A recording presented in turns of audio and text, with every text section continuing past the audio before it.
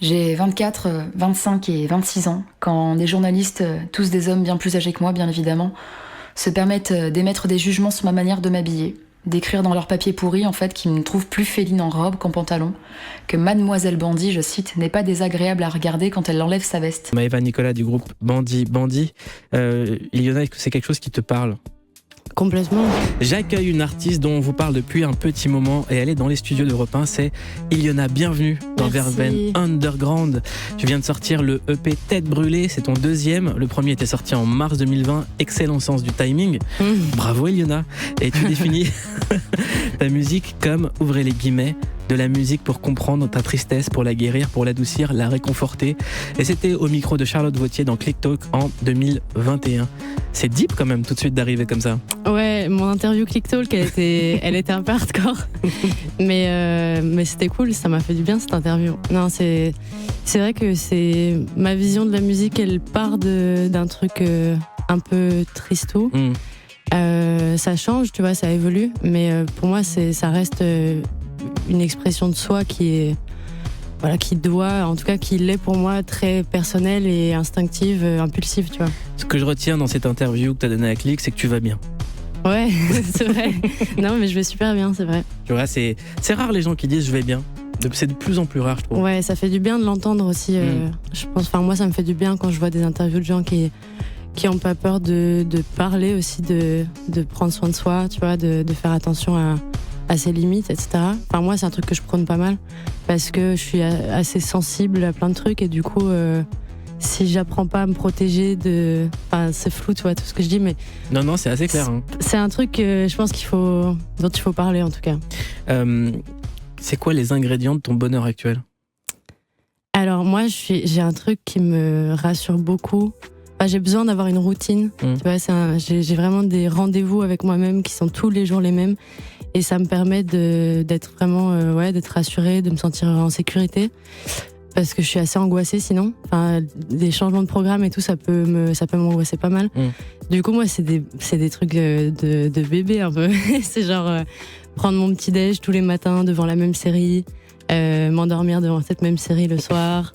Tu vois, c'est vraiment des petits trucs, mais qui me rassurent vraiment et que je sais comment ma journée va commencer, comment elle va finir. C'est des doudous en fait. Ouais, exactement. C'est vraiment exactement ça. Et c'est hyper important pour moi. C'est quoi la série en ce moment ? Seinfeld. Incroyable. Ah bah, on va parler. Ah non, mais incroyable. Ouais, tu sais, je suis team George Costanza. Bah, il est incroyable. C'est le meilleur. Il est incroyable. C'est le meilleur. Et moi, je les aime tous trop. Et c'est un concours entre eux à chaque épisode, mais à chaque fois, c'est... Entre Kramer et George ? Kramer, George, Jerry, je l'adore parce qu'il joue trop mal et qu'il est tout le temps en fou rire, genre sur toutes les scènes. Hélène, elle est quand même fantastique. Non, ils sont tous incroyables. Je te conseille une série quand tu auras fini Seinfeld, parce que en fait, j'aimerais dire quelque chose et j'espère que tu seras d'accord avec moi, c'est qu'on finit jamais Seinfeld. Ouais, bah moi là, j'approche de la fin et j'ai trop peur. Je suis trop triste. Je suis en pré-deuil de la fin. Il me reste, je suis à la dernière saison, donc il me reste quelques épisodes. Mais bon, je vais la reprendre, tu vois. Je vais regarder, tu verras, épisode en random comme ça, mais comme en shuffle en fait. Ouais, carrément. C'est tellement intemporel, ça fonctionne. C'est trop bien. C'est la meilleure série d'observation qui soit. Ouais, de ouf. Et qui est capable de rire sur des trucs mais tellement anodins. Mais c'est hyper absurde, moi j'adore cette série. Et en fait, il faut quand même rentrer dedans. Parce que moi, pour l'instant, je suis dans ma période où je l'aime tellement que je la vends à mes potes, tu vois. Et je sais qu'elle est difficile quand même. Enfin, il faut faire confiance et se plonger dedans quelques épisodes, je pense. Parce qu'en fait, c'est un trompe-l'œil, Seinfeld. Il y a tous les codes du sitcom classique, mais c'est pas un sitcom classique en fait, c'est du stand-up à la sauce sitcom. Ouais, c'est ça. Et là, pour l'instant, je regarde à côté parce que je sais que la fin approche, donc je me nourris déjà d'autres choses. Mais je regarde les bêtisiers. Là, il y a 2 heures de bloopers, 2 heures, tous les bloopers de Seinfeld sur YouTube. C'est mais encore mieux, genre. C'est incroyable. Et je te conseille de passer à l'étape supérieure, c'est les mèmes. Constanza, il y a un site Instagram, compte Instagram qui s'appelle Constanza Meme. Ah mais je vais y aller direct. Moi je ne vais pas bien si j'en ai pas un par jour ou si j'en poste pas un. Ah mais je suis obsédé par ces mèmes. Sur Instagram, tu connais ce truc de amis proches. Ouais. Mes amis proches, je les inonde. Ils voient que ça, ils comprennent pas. Ouais, mais c'est sûr que je vais aller m'abonner. Et l'étape supérieure d'après Seinfeld, c'est pour ça que tu vas être rassuré. J'ai un nouveau doudou pour toi. Il s'appelle Curb Your Enthusiasm. Est-ce que tu connais cette série ? Non, ça me dit rien. C'est une série écrite par Larry David, qui est l'auteur de Seinfeld. Ouais. Et en fait, qui filme sa vie après Seinfeld. C'est-à-dire qu'il y a eu le succès de Seinfeld. Et lui se retrouve la soixantaine à Los Angeles, riche, alors que à la base c'est un gamin pauvre de New York et qui déteste les gens. Il déteste le monde entier et tout le monde pense qu'il est trop sympa parce qu'il a écrit Seinfeld. Ouais. Alors qu'en fait, c'est vraiment pas ça. Je vais tellement regarder ça. Et il y a 11 saisons, ça continue. Et c'est exceptionnel. C'est tout simplement pour moi, à côté de Seinfeld, la meilleure série comique de tous les temps. Ah, mais c'est génial ce que tu m'annonces. Et il est capable de te faire un épisode sur un fait. Mais c'est ça la magie. Il y a un épisode où il croise un handicapé pour se garer. Il fait tout l'épisode sur pourquoi les handicapés doivent avoir des places de parking différentes. Ouais. Et c'est exceptionnel. Trop hâte. Il y a un autre épisode où il est à table en train de dîner et il y a une meuf qui rigole à une de ses blagues. Elle fait LOL. Elle prononce LOL. Et pareil, ça fait tout un épisode. Ça devient un sujet pendant tout un épisode. Ah, c'est incroyable. Et la seule réponse que tu peux donner à pourquoi est-ce qu'il fait ça, c'est parce que. Et t'as choisi ce morceau de Serge Gainsbourg magnifique. Pourquoi ce morceau ? Parce que c'est un morceau qui m'a beaucoup marqué, je dirais. Parce que Gainsbourg, je connaissais pas bien. Après, là, c'est une chanson d'Aznavour à l'origine. Mais je connaissais pas bien Aznavour non plus. Enfin, c'est des gens qu'on connaît dans la culture G, quoi. Mais je connaissais pas attentivement, on va dire. Et en fait, juste l'interprétation, quoi. Enfin, je sais pas, c'est ouf. Bon, après, c'est extrêmement bien écrit. C'est un magnifique morceau à l'origine. Tu vois, l'original est magnifique aussi. Mais l'interprétation de Gainsbourg et l'arrangement de piano, sublimissime. Ça m'a choqué. Qu'est-ce que toi t'as sensibilisé à la musique en tant que telle, aux arrangements, aux accords, à la beauté d'une mélodie? Franchement, je sais pas trop, parce que la musique, ça a toujours fait partie de ma vie, mais sans vraiment, tu vois, que j'y porte de l'importance, parce que mes parents, voilà, ils aiment la musique, ils passaient de la musique à la maison. Architectes et psy. C'est ça. Ouais. Donc non, ils sont vraiment amateurs d'art de manière générale. Donc je pense que ça, c'était dans mon éducation quelque chose de cool, tu vois. Mais par contre, mon obsession pour vraiment la musicalité, je saurais pas te l'expliquer. C'est un truc qui me passionne. Mais vraiment, genre, je dis obsession, mais j'exagère pas, tu vois. Ça me rend malade, genre. C'est comme un jeu vidéo infini tu dois passer les levels, tu dois aller chercher la faille, le truc. Dans ton cas, c'est obsession ou besoin? C'est un peu des deux. Franchement, écrire, c'est plus un besoin. Genre, quand j'ai vraiment besoin d'écrire un truc, de parler de quelque chose, ça se fait en musique. Mais du coup, ça, c'est plus la partie texte. Parfois, je suis pas bien, je saurais pas te dire pourquoi, et enfin, ça nous arrive à tous, tu vois. Et quand je sais pas de quoi je veux parler, ou que je sais de quoi je veux parler, mais que j'y arrive pas parce que c'est un sujet qui est trop important, ou que j'arrive pas à trouver une porte d'entrée pour attaquer le texte, je me remets toujours à la musique en tant que composition, en tant que accord, notes, etc. Et ça, là commence le challenge de trouver les accords qui correspondent exactement à mon émotion à ce moment-là. Et une fois que ça c'est fait, mais c'est déjà une grosse partie, tout ce qui est arrangement, là c'est vraiment genre le jeu vidéo de ma vie, quoi. Je m'amuse, tu vois. Et je teste des milliards de trucs, tu rajoutes à chaque fois une couche d'un nouvel instrument, tu testes des milliards de rythmiques, enfin voilà, tu peux tout tester, en fait c'est ça qui est la partie plus obsession, quoi. C'est drôle que tu parles de la musique comme un jeu vidéo, parce qu'il y a beaucoup de compositeurs et de producteurs. Je pense notamment à une interview de Timbaland, qui est un des plus grands compositeurs, producteurs actuels, qui disait que lui, la musique, il la voyait maintenant quand il écoutait. C'est-à-dire qu'il voyait les pistes. Moi, j'ai ça aussi. Il voit les plugins, il voit tout. Ouais. Moi, je connais pas, je suis pas très calée en mix et tout ça, donc je sais que je peux avoir des discussions avec des potes à moi qui font de la musique où ils sont beaucoup plus calés que moi. Ils disent cette reverb là. Moi, je me connais pas trop là-dedans. Mais souvent, ces discussions sont chiantes, faut le rappeler. Les discussions sont chiantes pour les gens qui s'en foutent. Ouais. Ça, c'est sûr et certain. C'est vraiment chiant parce qu'en plus, ça peut durer des heures entre passionnés. Mais tu mets des passionnés de n'importe quoi, s'ils parlent de leur passion, ça devient trop hermétique, quoi, pour les autres. Mais on embrasse les amis de la reverb qui nous écoutent. Mais ce truc de visualiser la musique, je l'ai hyper fort, je pense, grâce au piano, parce que du coup sur un piano t'as vraiment le bas et le haut dans la tonalité, tu vois, et du coup je vois vraiment ça se dessine dans ma tête, mais c'est aussi grâce au logiciel que je vois toute la journée, tu vois, devant mon écran. Et donc je visualise, quand je chante, je visualise ce qui va en haut, ce qui va en bas, où sont les entre-deux, et c'est pratique en vrai. Il y en a, comment on passe d'un amour solitaire qui est la musique, qui est de produire de la musique, de composer de la musique, à l'exposer, à le montrer aux gens et à se découvrir devant eux? C'est particulier en vrai parce que quand j'ai commencé à faire de la musique, c'était absolument pas pour la montrer forcément, tu vois, c'était pour moi, comme tu disais. Après, moi j'ai toujours été... je suis vraiment toute mon adolescence, mon moment que j'attendais, c'était dans ma journée, c'était le moment où tu rentres en bus de l'école et que t'as ta musique du moment et qui te fait trop bader ou qui te rend trop heureuse, tu vois. Et en fait, ça a toujours été mon but de créer ça pour d'autres, tu vois, de me dire, genre j'écoutais mes musiques favorites dans le bus et je me disais déjà ado, un jour je ferai une chanson qui compile ça que j'aime bien dans cette chanson, ça que j'aime bien dans cette chanson, et vraiment créer l'espèce de truc parfait dans ma vision, tu vois, de ce qui est une chanson qui accompagne quelqu'un dans le bus, tu vois. Donc je pense que ouais, ça a toujours été un peu mon but, mais en même temps quand je compose vraiment, quand je suis dedans, je pense pas du tout à l'auditeur, tu vois. Sinon je pense qu'on peut se perdre pas mal. Enfin moi en tout cas je compose pour moi quand je suis dedans. Par contre après quand j'aime un résultat, je suis vraiment super contente de me dire qu'elle peut accompagner les autres, quoi. On vient d'écouter Si tu m'aimes demain de Iliona, dans lequel il y a ces paroles: si tu m'aimes demain, on sera 2 stars 70, 80 qui se cachent le regard et qui rêvent plus loin. 70, t'as eu du mal, hein? Non, 70. 70, 90. Ouais, stylé. Ouais, c'est deep encore. C'est deep. Non, moi je trouve que c'est une chanson joyeuse quand même. Franchement, quand je l'ai écrite, je pensais pas du tout que j'arriverais à chanter un truc joyeux dans ma vie.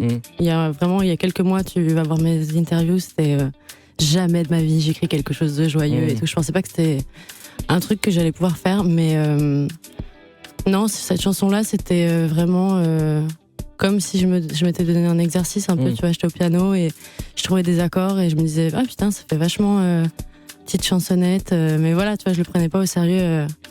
Et puis j'ai commencé à écrire et en fait c'était chouette, quoi. Mais c'est marrant ce que tu dis sur triste ou joyeux, parce que pour préparer cette émission, j'ai beaucoup écouté ce que tu disais et ce que tu chantais.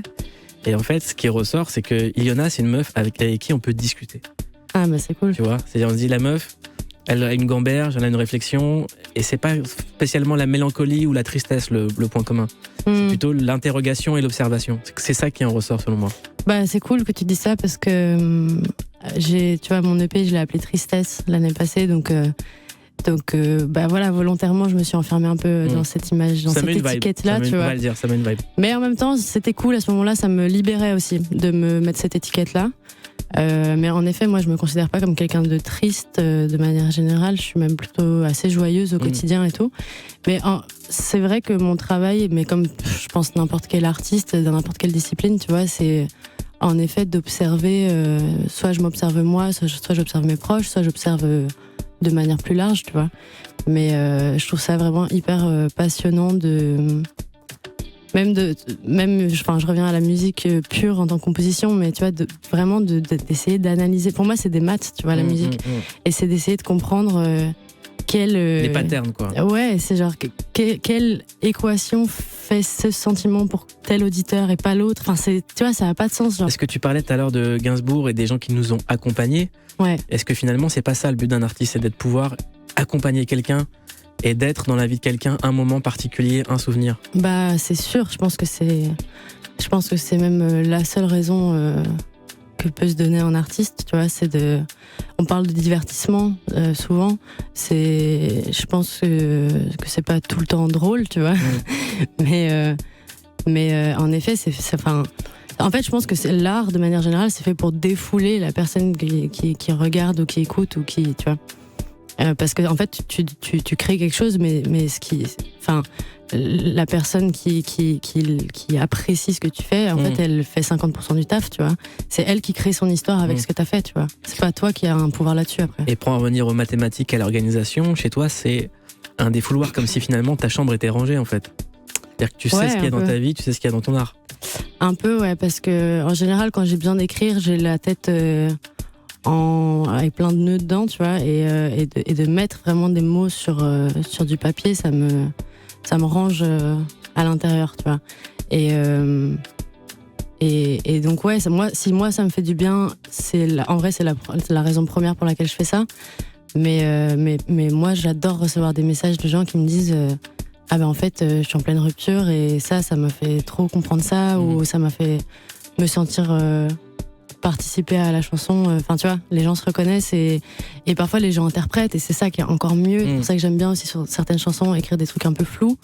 J'adore ça parce qu'alors les gens m'envoient des versions de ce qu'ils ont compris totalement différentes, et je trouve ça tellement chouette. C'est quoi la théorie la plus chelou que t'as entendue sur une de tes chansons?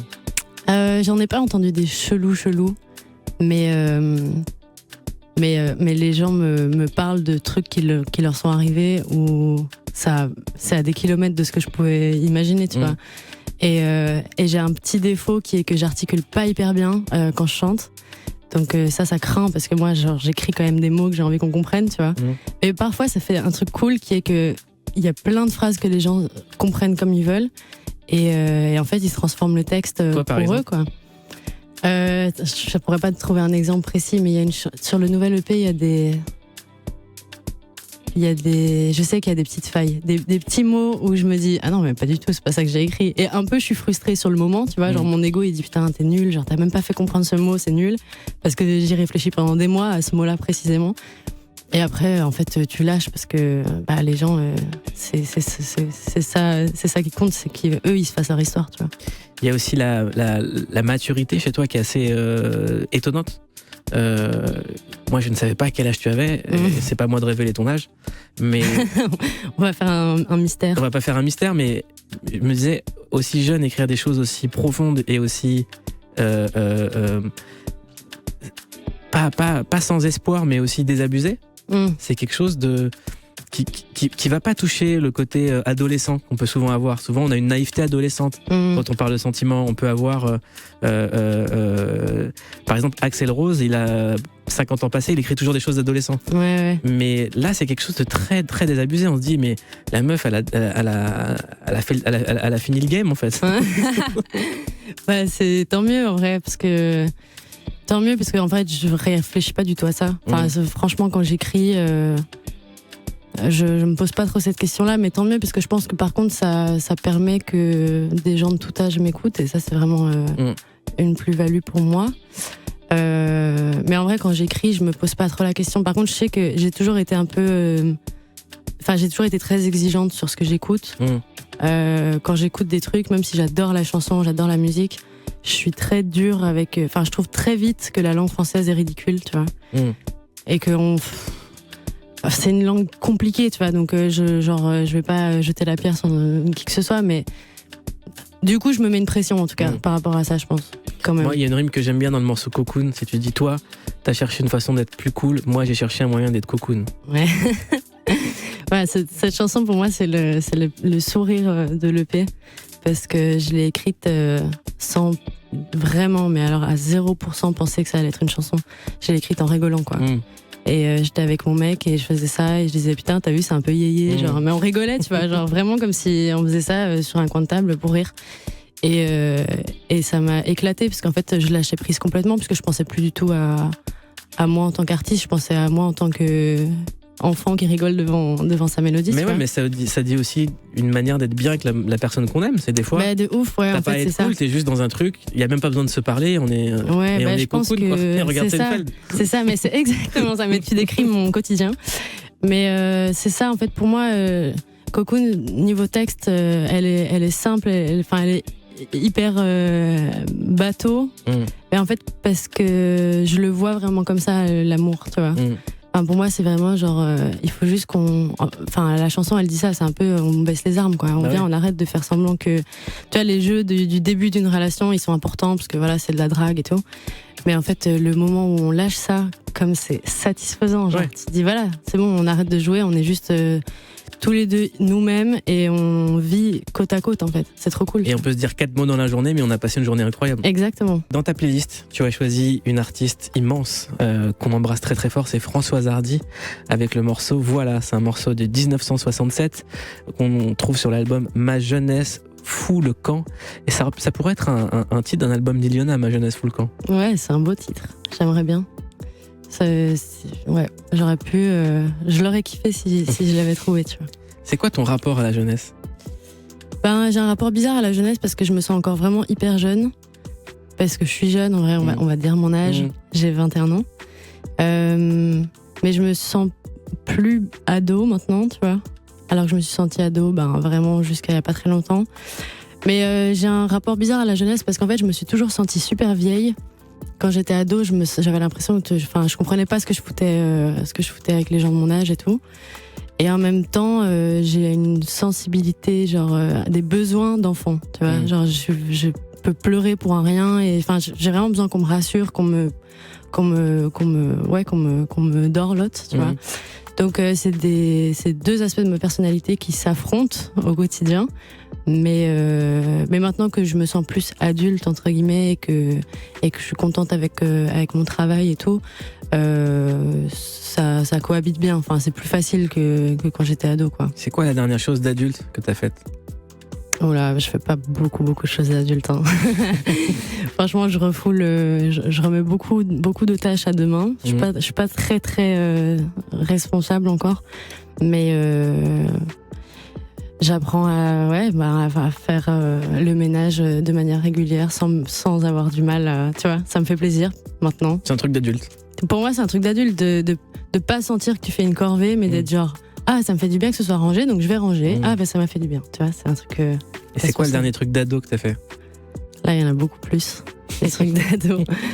Les trucs d'ado, c'est d'écouter ma playlist comme avant, d'écrire dans des carnets, de faire des dessins, de pas savoir rester en place et de devoir gribouiller des trucs. Françoise Hardy, Barbara, France Gall, ça fait partie de tes influences, Ilyona ? Ouais, ça a été un peu un choc quand j'ai découvert ça. J'étais ado, j'avais 15-16 ans. Et en fait, avant ça, je m'y intéressais pas trop à la chanson française. Je savais pas, je me rendais pas compte de ce que c'était. Et quand j'ai découvert, j'ai découvert Barbara en premier. Donc c'était vraiment pour moi la révélation entre écriture et composition, parce que je faisais du piano j'écrivais, mais je faisais pas les deux ensemble, tu vois. Et elle, justement, pour moi, c'était la classe incarnée de pouvoir arriver avec une allure de ténébreuse et dire je m'en fous d'être dark, tu vois. Alors qu'en fait, elle fait de la chanson hyper élégante et tout. Et ça, pour moi, franchement, c'était un culot qui m'a choquée et ça m'a donné envie d'assumer aussi, tu vois, les émotions et tout. Et après, du coup, en me penchant sur la chanson française, j'ai découvert Françoise Hardy, France Gall, etc. Et avec des trucs beaucoup plus yéyés et tout. Et ça m'a bluffé de musicalité et aussi en fait, c'est plus tu vois, les chansons, elles racontent plus des petites histoires de manière un peu enfantine. Et en fait, je trouve ça passionnant de pouvoir raconter en quelques phrases un truc aussi universel, tu vois. Est-ce que toi, faire des morceaux plus up-tempo, plus joyeux, c'est quelque chose vers lequel tu as envie d'aller ? Franchement, ouais, parce que ça dépend des périodes, évidemment, parce que je vais pas me forcer à faire ça si je suis pas dans le mood, tu vois. Mais des trucs dansants, en vrai, ça fait partie des trucs que j'écoute aussi, donc forcément, c'est un truc que j'ai envie d'accomplir, ouais. Ilyona, j'ai envie de te poser une question très très simple. On parle beaucoup de la façon dont on parle des filles dans cette industrie musicale. On parlait hors antenne de Françoise Hardy et de comment elle a frayé son chemin alors qu'elle est auteure, compositeur, qu'elle écrit, qu'elle compose et que c'est une immense artiste. Et beaucoup de gens la résument à la femme de Jacques Dutronc. Alors que c'est un artiste exceptionnel. Est-ce que toi, arrivant jeune dans ce métier-là, t'as eu affaire au sexisme ou à des remarques bizarres ou à des trucs étranges ? En fait, ce qui est bizarre, oui, bien sûr. Enfin, la réponse est oui. Mais ce qui est extrêmement chiant, je dirais, quand on débarque, c'est que... Mais ça fait partie de mon caractère, tu vois. Si je veux dire, j'étais comme ça à l'école et je suis comme ça en société, c'est que je vais avoir tendance à être polie, discrète, rangée, etc. Ça, c'est un truc que juste on apprend aux filles en général. Ça n'a rien à voir avec le fait d'être une artiste ou non, tu vois. Mais du coup, quand t'arrives sur un plateau qui t'impressionne, ou même que tu rencontres juste quelqu'un qui fait de la musique alors que toi t'en fais, tu peux même pas dire je fais de la musique. Forcément, si ça t'impressionne, mais c'est pour tous les milieux, c'est pareil. Tu te ranges et t'essayes de pas faire de bruit et t'écoutes, tu vois. Et je sais que sur mes premières interviews, j'étais très... j'essayais de pas faire de vagues, de rester à ma place. Parce qu'en fait, je m'inventais une place dans ma tête, tu vois. On m'a pas dit sois discrète, sois gentille, tu vois. Mais c'est un truc qu'on s'impose toute seule, je pense, en tant que meuf. Bridait, quoi. Ouais, exactement. Et en fait, petit à petit, là, je me rends compte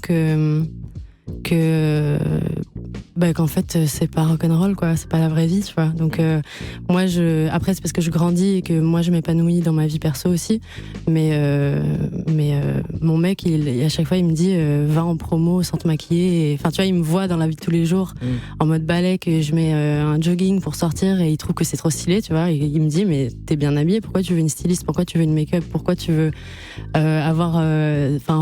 parler absolument parfaitement français de manière distinguée dans l'interview. Il me dit mais non, t'es parfaite comme ça, tu vois. Et t'as la réponse à la question pourquoi?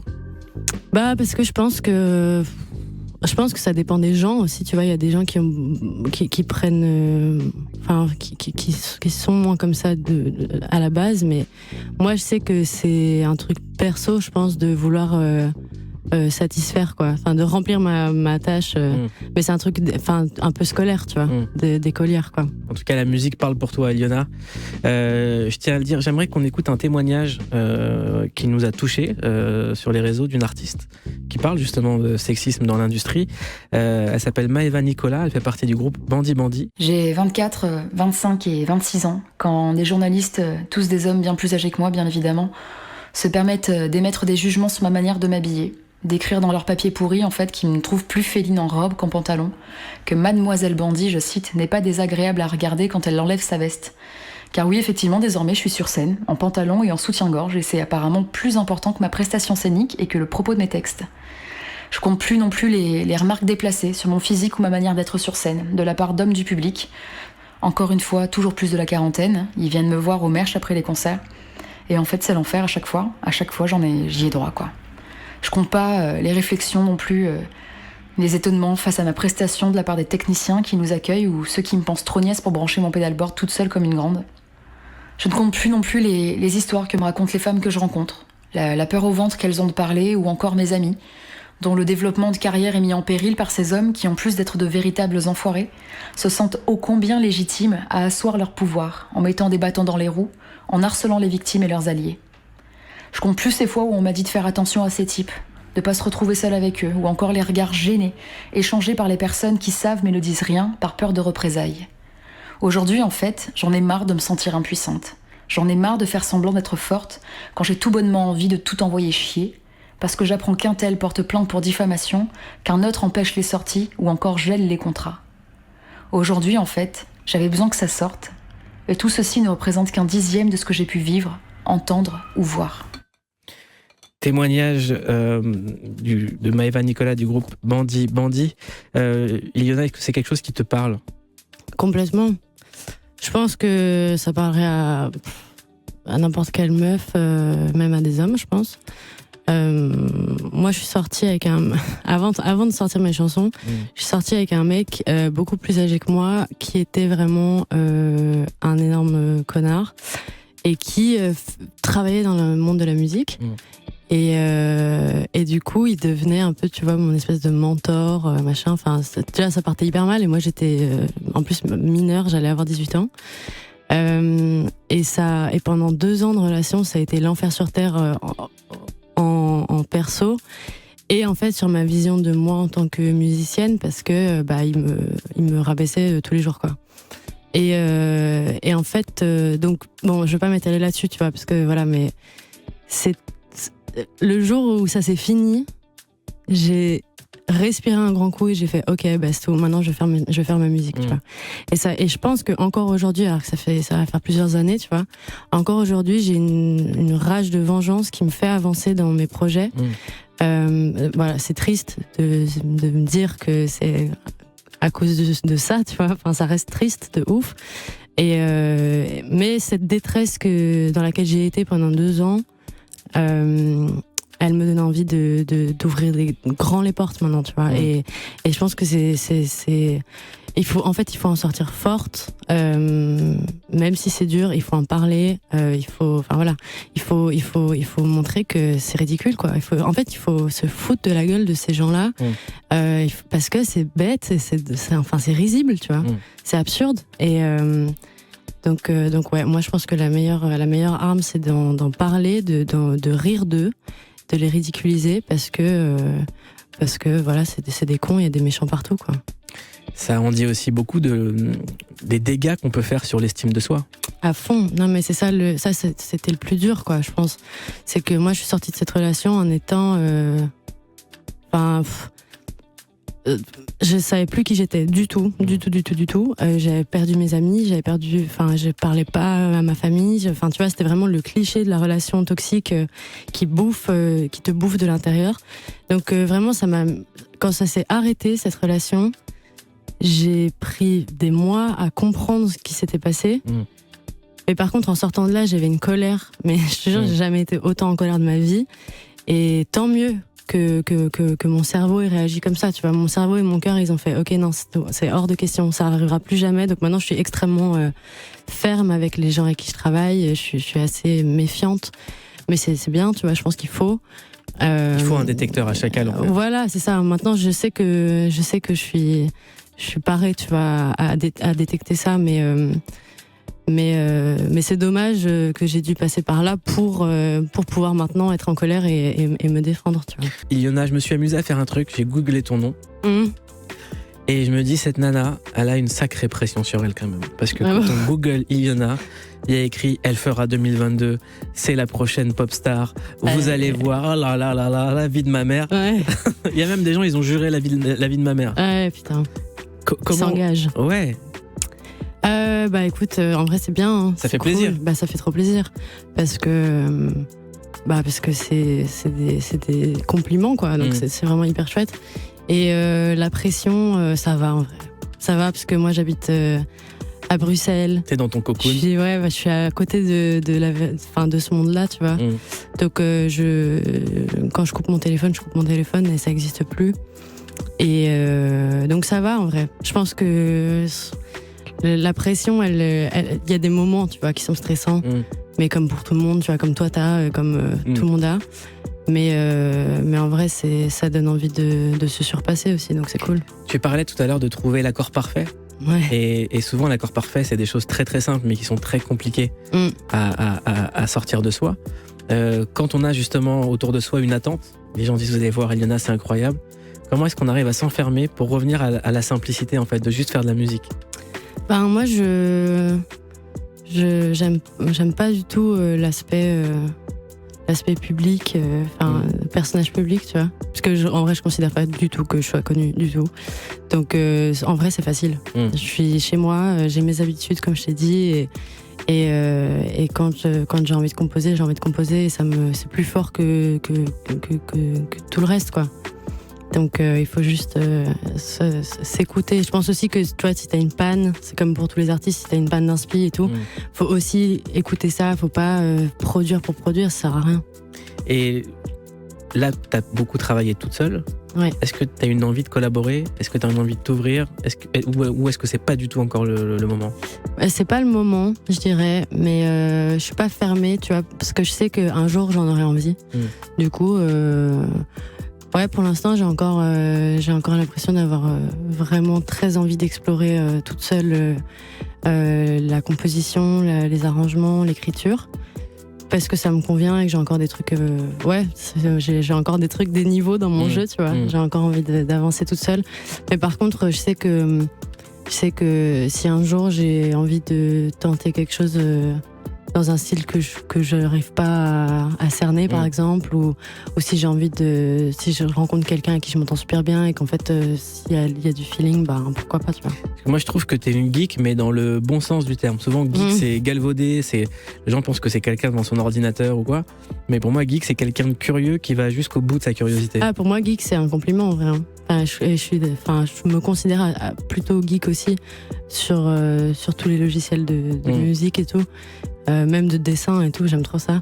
Mais Ouais, je pense que c'est ça. En fait, c'est juste, ça veut dire passionné, en fait. Donc c'est cool, tu vois. Claude François, comme d'habitude, sorti en 1967. La chanson a été écrite par Gilles Thibault et Claude François sur une musique composée par Jacques Revaux et Claude François, adaptée en anglais par Paul Anka, c'est pas n'importe qui quand même, et interprétée par Frank Sinatra.